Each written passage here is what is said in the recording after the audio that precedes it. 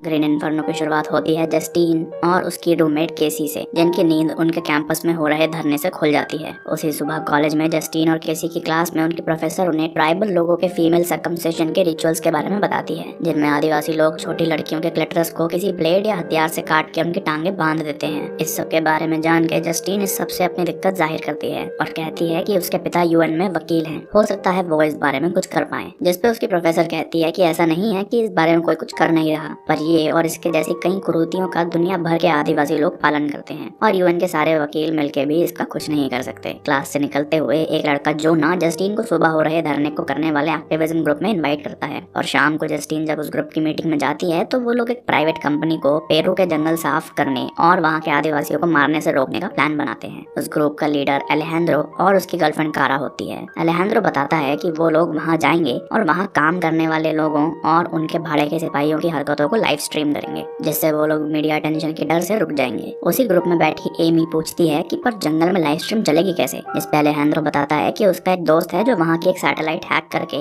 उन्हें सिग्नल दिलवा सकता है। जस्टिन जब केसी को इस प्लान के बारे में बताती है तो वो कहती है कि जस्टिन पागला गई है, वो भाड़े के सिपाहियों से गोलियों से छलनी कर देंगे, पर जस्टिन को कैमरे के डर पे भरोसा होता है। केसी और अपने पिता की मना करने के बावजूद भी जस्टिन उस ग्रुप के साथ पेरू चली जाती है। एयरपोर्ट पे अलेहांद्रो सबको कार्लोस से मिलवाता है, जो कि इस पूरे ट्रिप को स्पॉन्सर कर रहा है। जिसके बाद वो लोग एक प्राइवेट प्लेन में बैठ के पेरू के लिए निकल जाते हैं। पेरू पहुंच के उनके ग्रुप का एक लड़का लार्स कार्लोस से पूछता है कि क्या वो उसे गांजा दिलवा सकता है और एक रेस्टोरेंट पहुंच के कार्लोस लार्स को वो गांजा दे देता है। वहाँ वो लोग डिस्कस कर रहे होते हैं कि पहले वो लोग नाव से उस साइट पे जाएंगे जहाँ वो वैसे ही करेंगे जैसा डिस्कस किया था। इसी दौरान कारा वहाँ सबको एक जैसी टी शर्ट्स बांट देती है। तभी ये बात भी आती है कि उन काम करने वालों के जो भाड़े के सिपाही हैं वो उन सबको गोलियां भी मार सकते हैं। एमी पूछती है कि क्या सच में, और अलेहांद्रो कहता है कि रिस्क तो है, इसलिए चाहे जो हो जाए लाइव स्ट्रीम करते रहना, जब तक कैमरा चलता रहेगा तब तक हम सब सेफ रहेंगे। अपने इस डिस्कशन के बाद कार्लोस, अलेहांद्रो, जस्टिन, कारा और बाकी सब नाव में बैठ के उस साइड के लिए निकल जाते हैं। उस रास्ते के बीच में डैनियल जस्टिन को बताता है कि उसके पास एक जीपीएस है। थोड़ी देर में वो सब एक तट पर उतरते हैं जहाँ सबसे पहले हर कोई वो सेम टी शर्ट पहनता है, जिसके ऊपर वो सब वहाँ काम कर रहे वर्कर्स जैसे जंप सूट और हेलमेट पहन लेते हैं। कपड़े बदल के वो लोग लंच कर रहे वर्कर्स की नजरों से बच के अपने आप को पेड़ों और जेसीबीओं से चेन ताले की मदद से बांध लेते हैं। जिसके बाद मास्क पहन के लाइव स्ट्रीम शुरू करके वो लोग नारे लगाने लगते हैं, जिन्हें सुन के भाड़े के सिपाही आके हर किसी के चैन ताले को खोलने की कोशिश करने लगते हैं, पर नाकामयाब रहते हैं। जस्टिन का ताला क्योंकि बंद ही नहीं हो रहा था, इसलिए एक सिपाही उसे पकड़ के गोली मारने ही वाला होता है कि तभी अलेहांद्रो उसे फोन दिखा के बताता है कि ये सब लाइव स्ट्रीम हो रहा है, अगर उसने जस्टिन को मार दिया तो पूरी दुनिया देखेगी। कारा उस सिपाही को धमकाती है कि मार दो इसे और फिर देखना। ये सब सुन के वो सिपाही जस्टिन को छोड़ देता है, जिसके बाद पेरुवियन पुलिस उन्हें एयरपोर्ट तक छोड़ के आती है और प्लेन में वो सब खुशी मनाते हैं क्योंकि दुनिया भर के न्यूज चैनल्स ने उनकी न्यूज कवर की है। उनका प्लान सक्सेसफुल रहा। जस्टिन खुशी में शामिल नहीं हो रही थी क्योंकि वो खराब ताला प्लान में नहीं था, और जिस तरह अलेहांद्रो और कारा उसे बलि की बकरी बनाने को तैयार थे, उससे तो साफ था कि वो जानते थे कि ताला खराब है। और अलेहांद्रो बताता है कि उसने उसके लिए एक रोल क्रिएट किया था, अगर वो उसे इसके बारे में पहले बता देता तो असली नहीं लगता। इस सबसे किलस के जस्टिन चुपचाप बैठी रहती है और जोना उसे समझाने में लगा होता है कि तभी जहाज के इंजन में आग लग जाती है और वो प्लेन उन जंगलों के बीचों बीच क्रैश हो जाता है। प्लेन क्रैश की वजह से पायलट, कार्लोस और कई लोग मर जाते हैं। बचे लोगों में होते हैं अलेहांद्रो, लार्स, कारा, जोना, डेनियल, एमी, समांथा और जस्टिन। डेनियल सबको कहता है कि उसके जीपीएस को ढूंढो, उससे मदद का सिग्नल भेजा जा सकता है कि तभी कारा को किसी की आवाज आती है और वो मदद मांगने उस आवाज की ओर जाती है। वो कुछ आदिवासी थे जो कि कारा की गर्दन और सर में एक तीर मार देते हैं, जिससे उसकी मौत हो जाती है और बाकी सबको बेहोशी वाले छोटे छोटे तीर मारते हैं। जिसके बाद नाव में भर के वो उन्हें उनके गाँव में ले जाते हैं। तट से गाँव में घुसते हुए गाँव के सारे आदिवासी जिन्होंने शरीरों पे लाल रंग लगाया हुआ था, वो उन अनजान परदेशियों को छू छू कर देखते हैं, जिसकी वजह से वो सारे लोग बहुत डरे हुए थे और चिल्लाने लग रहे थे। गांव की एक पीले रंग की बुढ़िया उन सबका जायजा लेती है और जस्टिन को देख के मुस्कुराने लगती है। वो अपनी भाषा में कुछ कहती है, जिसके बाद उन सबको आदिवासी लोग एक पिंजरे में बंद कर देते हैं। वहाँ की कुछ औरतें जोना को पानी पिलाती हैं और उसे लेटा देती हैं, जिसके बाद वो पीली बुढ़िया जोना की आंखें और जबान निकाल के खा जाती है। ये सब देख के पिंजरे में बंद अमरीकी तो बखला जाते हैं, पर आदिवासी मजे से चीयर करते हैं। इसके बाद उस कबीले का हेड हंटर जोना के दोनों हाथ और पैर काट के अलग कर देता है और पीली बुढ़िया उसका सर काट के अलग कर देती है, जिसके बाद वो उसके बहते हुए खून की धार कटोरी में जमा करके पी जाती है। इसके बाद आदिवासी औरतें गाना गाते हुए अच्छे से जोना के शरीर के हर हिस्से में नमक, मसाला और लोकली मिलने वाले फल और सब्जी लगाते हैं और पकने के लिए उसे एक मिट्टी की भट्टी में रख देते हैं। यहाँ पिंजरे में अलेहांद्रो के पास एक फोन था, पर सिग्नल का कुछ अता पता नहीं था। जोना के पकने के बाद उस कबीले का बच्चा बच्चा उसके एक एक टुकड़े का जम के आनंद लेता है और यहाँ पिंजरे में एमी का पेट खराब हो जाता है और वो उसी पिंजरे के एक कोने में अपने पेट का पानी नुमा कोमल और ढेर सारी खुशबूदार हवाएं खाली कर देती है। उन हवाओं की खुशबू सूंघ के कुछ आदिवासी बच्चे भी उसका मजाक उड़ाते हैं। दिन ढलने के बाद लार्स सबसे कहता है कि काश वो उस प्लेन क्रैश में मर जाता, कम से कम यहाँ इन नरभक्षियों के लंच बनने का इंतजार तो ना करना पड़ता। डैनियल कहता है कि हमारे यहाँ से निकलने की अभी भी उम्मीद है, हमें बस प्लेन क्रैश वाली जगह जाके वो जीपीएस ढूंढना है जिससे मदद बुला सकते हैं। जिस पे लार्स कहता है कि अगर हमने उन बुलडोजर्स और काम करने वालों को ना भगाया होता तो बच जाते, पर अब कोई उम्मीद नहीं। जिस पे अलेहांद्रो कहता है कि यहाँ से निकलने के लिए हमें कहीं जाने की जरूरत नहीं है क्योंकि और बुलडोजर्स आ रहे हैं।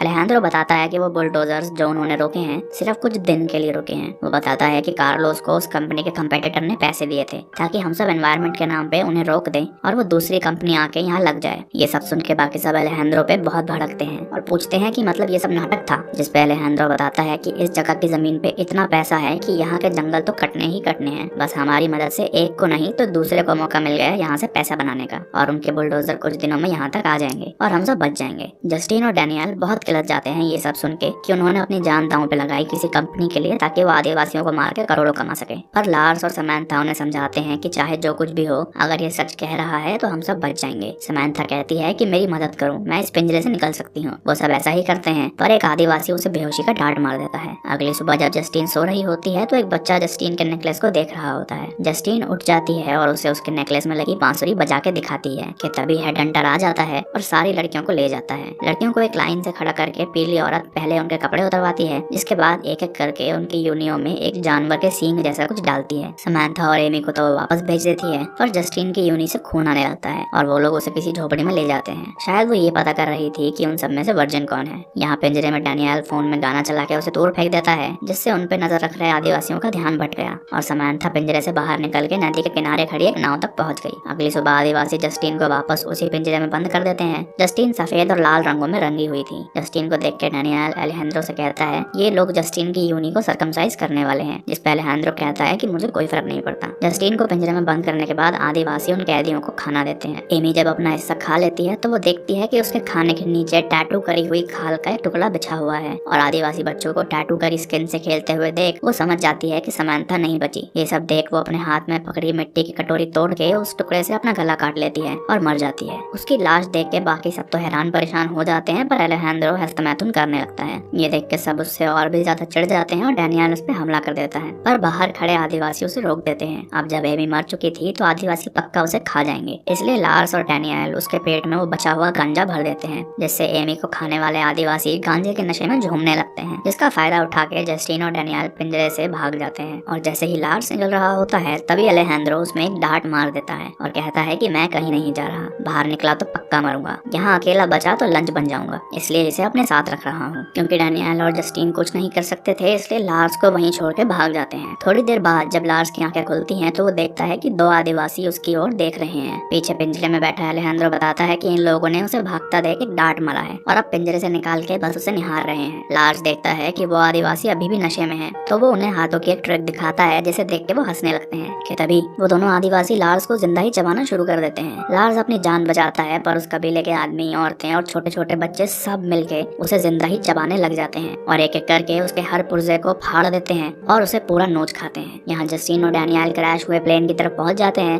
जहाँ उन्हें उनके ग्रुप के कई लोगों की लाश शूलों पे लटकी मिलती है। डैनियल को अपना जीपीएस भी मिल जाता है पर उसकी बैटरी खत्म हो चुकी थी और तभी उन्हें फोन बजने की आवाज आने लगती है। वो लोग उस फोन को ढूंढते हैं तो वो उन्हें कारा की लाश की जेब में मिलता है कि तभी कुछ आदिवासी वहाँ आके उन्हें बेहोशी का एक डांट मार देते हैं। अगले दिन जब जस्टिन की आंख खुलती है तो वो पाती है कि वो बंधी हुई है और एक औरत उसके शरीर को सफेद रंग रही है और बाहर खंबे पे लटके डैनियल पे हरे रंग का एक लेप लगाया जा रहा है। थोड़ी ही देर में जहरीली चींटियां डैनियल के शरीर पे उस लेप की वजह से चढ़ जाती हैं और उसके ऊपर से वो लेप खाने लगती है और डैनियल दर्द में चिल्लाने लगता है। यहाँ झोपड़ी में बंदी पड़ी जस्टिन के पास वो पीली बुढ़िया आती है और जैसा औजार जस्टिन की क्लास में दिखाया था उसी के जैसे औजार से जस्टिन की यूनि काटने वाली होती है कि तभी एक आदिवासी जंगल काट रहे एक वर्कर का काटा हुआ सर लेके आता है और अपनी भाषा में बाकी आदिवासियों से कुछ कहता है, जो सुन के हर आदिवासी हथियार लेके उसके पीछे चला जाता है। यहाँ झोपड़ी में जस्टिन को रंगने वाली आदिवासी बेहोश करने वाला एक पाउडर से जस्टिन को बेहोश करने वाली होती है कि वही आदिवासी बच्चा जिसे जस्टिन ने बांसुरी सुनाई थी उसके हाथ खोल देता है और जस्टिन उस बेहोशी के पाउडर से उसी औरत को बेहोश कर देती है, वो भी उसके नाक की पियर्सिंग फाड़ने के बाद। डैनियल जस्टिन से विनती करता है कि वो उसे मार दे पर वो ऐसा नहीं कर पाती तो वो बच्चा उसे बेहोश करके उसकी गर्दन में एक चीरा लगा देता है। अलेहांद्रो उससे मदद की फुहार लगाता है पर जस्टिन उसकी हरकतों के लिए उसे वहीं छोड़ देती है। भाग भाग के जस्टिन जस्टिन उस जगह पहुंच जाती है जहां नई कंपनी के भाड़े के सिपाही और आदिवासियों की लड़ाई चल रही होती है।